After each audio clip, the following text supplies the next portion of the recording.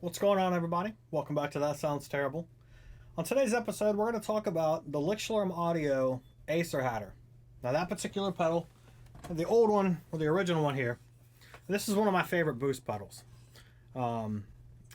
Internally, there's a trim pot that you can adjust or decrease how much overall power it's pushing out. And if I remember correctly, maxed out, you could get up to 35 decimals of additional boost. Which is a crazy amount of boost. Now, this is an all-frequency boost, so it all spectrums across the board, it's pushing it out. And then you have that cut to allow you to kind of dial back how much low end you're pushing out. Like I said, this is one of my favorite ones. But let's not compare that one to the original just for a little bit, because the new one has a 4-band EQ. So you have bass, low mid, high mid, and treble, as you can see on screen. And internally, it does not have that trim pot, so that was kind of sad for me to see, because you don't have that flexibility. It's a fixed amount, and it's either on or off, and then you can still adjust the cut by how much you're cutting that frequency out for the lows. But you do have the option of putting on that 4-band EQ. It is not independent, so in order for that 4-band EQ to actually work, you would have to have the pedal enabled or turned on. So you would turn the pedal on, and then you'd be able to actually enable that 4-band EQ. So if you were to have it with just the left switch, it would do nothing in the circuit. So what we're going to do, we're going to take the Knucklehead Reverb. We're going to take the beautiful Grimoire by Deviant Guitars. And I'm going to see if I can tame that high end from these Willie Adler pickups. Now, I've said it a couple times, I don't like the actives, but with that 4-band EQ, we're going to see if we can actually get some usable tones out of it. See if we can thicken it up just a little bit, and see if we can't tighten it up, and let's go from there. So we're going to use the Knucklehead Reverb into my Mojo Tone 2x12 ISO cabinet, and in today's video, I'm going to be using the new Dusty Warren signature speaker. It's by Warehouse Guitar Speakers, and we're going to go with that into the Creamback. We're going to see how it sounds. All right, let's go.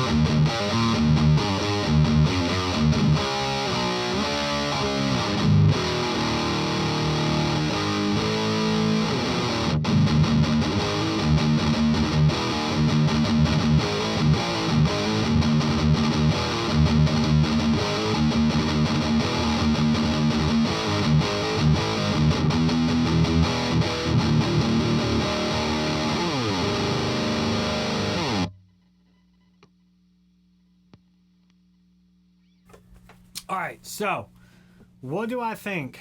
Well, having that 4-band EQ definitely allows me to tame these pickups. It makes it much more enjoyable.